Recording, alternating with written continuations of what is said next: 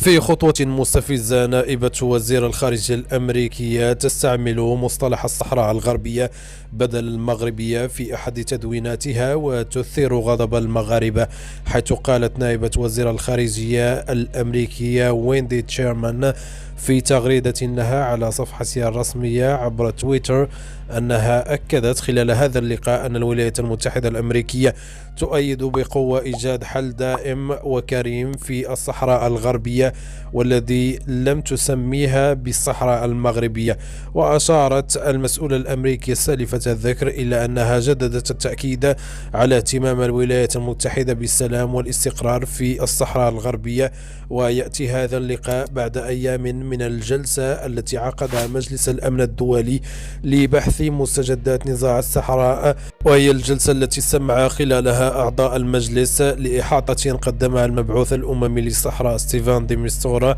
والتي تضمنت نتائج اتصالاته ومشاوراته المختلفة مع الأطراف المعنية والفاعلين الدوليين في هذا النزاع الإقليمي المفتعل. كما استمع لإحاطة قدمها الممثل الخاص للأمين العام للأمم المتحدة رئيس بعثة المينورسو ألكسندر إيفانكو حول الوضع على الأرض بالصحراء. وكان دي ميستورا قد استبق هذه الجلسة بإجراء مشاورات ثنائية غير رسمية بنيويورك مع ممثلي الأطراف المعنية بنزاع الصحراء وكذا ممثلي مجموعة أصدقاء الصحراء بمجلس الأمن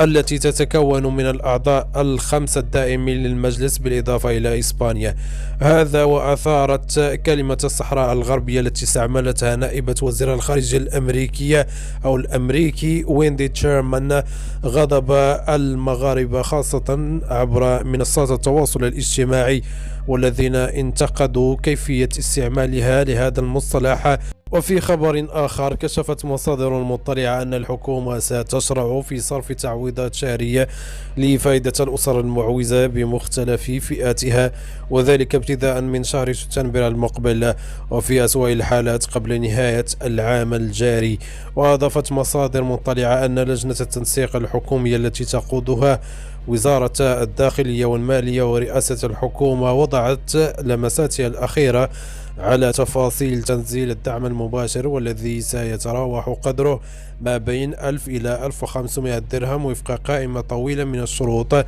موردة أن اجتماعات ماراثونية يومية تجرى بوزارة الاقتصاد والمالية في محاولة لرفع خريطة طريق للديوان الملكي قبل متم شهر يوليوز المقبل في انتظار التأشير عليها من قبل رئيس الحكومة.